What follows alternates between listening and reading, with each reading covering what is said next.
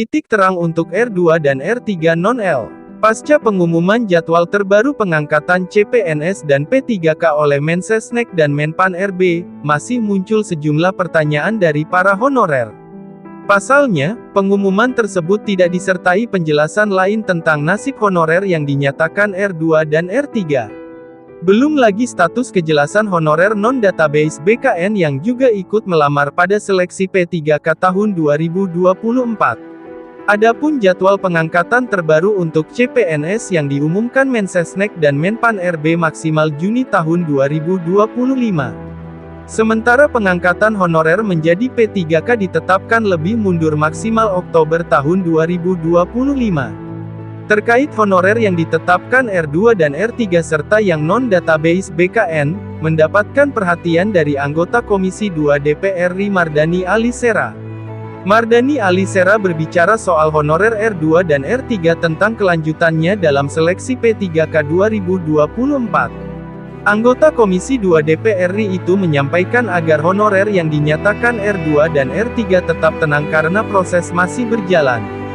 Begitupun mereka yang tidak terdaftar di database BKN untuk menunggu keputusan terbaik yang memihak nantinya. Mardhani Alisera mengungkapkan bahwa pihaknya kini tengah melakukan upaya untuk honorer R2 dan R3 ini, serta yang non-database BKN. Honorer R2 dan R3 tetap diperjuangkan oleh Komisi 2 DPR RI agar tetap bisa diangkat menjadi P3K pada Oktober tahun 2025.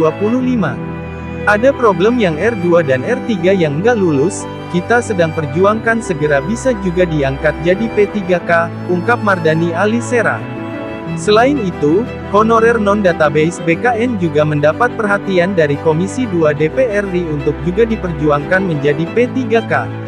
Ada lagi yang belum terdaftar di BKN, kita sedang perjuangkan, jadi jangan ragu, pungkas Mardhani Alisera yang juga sebagai anggota Komisi 2 DPR RI.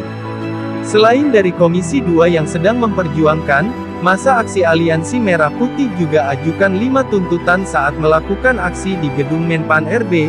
Tuntutannya adalah 1.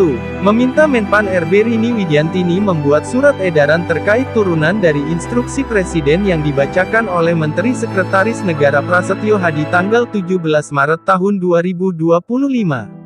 Isinya adalah penyelesaian tenaga honorer secara berjenjang selesai sampai dengan Juni tahun 2025 untuk PNS, dan Oktober tahun 2025 untuk P3K. Jika surat tidak dikeluarkan masa aksi tidak akan meninggalkan gedung Kemenpan RB. 2. Meminta pemerintah melalui Kemenpan RB mencarikan solusi bagi honorer yang berstatus R2 dan R3 tanpa L dengan mengubah Undang-Undang Nomor 1 Tahun 2022 mengatur mengenai lingkup hubungan keuangan antara pemerintah pusat dan pemerintah daerah. 3. Meminta pemerintah melalui Kemenpan RB mencarikan solusi bagi honorer yang tidak terdata dalam database BKN yang memiliki masa kerja lebih dari 2 tahun. 4. Meminta pemerintah melalui Kemenpan RB mencarikan solusi bagi honorer yang tidak mendapatkan formasi, tetapi terdata dalam database BKN. 5. Meminta Kemenpan RB dan BKN untuk mempekerjakan kembali honorer yang diberhentikan atau dirumahkan oleh pemerintah daerah dengan alasan TMS dan tidak adanya anggaran.